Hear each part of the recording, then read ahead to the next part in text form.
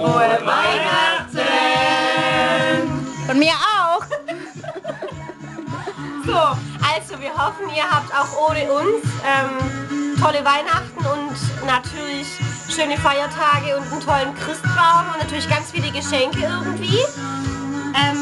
Und natürlich einen guten Rutsch wünsche ich euch und ich vermisse euch ganz, ganz schrecklich dolle arg und ich knutsch euch tausendfach. Ihr fehlt heute ganz doll, aber vielen Dank für das tolle Geschenk und jetzt ist der nächste dran. Ich liebe euch. Also da Nina schon alles gesagt hat eigentlich, was man nur sagen kann, wie ein Buch, wie sie halt ist, sage ich nur frohe Weihnachten, einen guten Rutsch, habt noch eine schöne Zeit, ich hab euch lieb. Bis bald.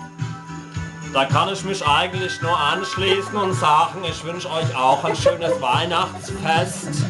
Ja, trinkt was mit und einen guten Rutsch ins neue Jahr, ne?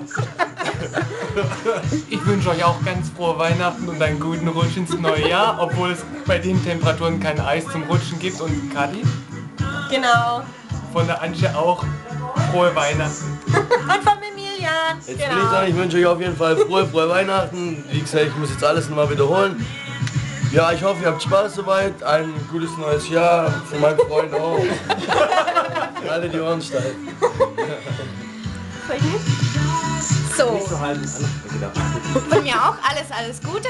Macht die Männer klar.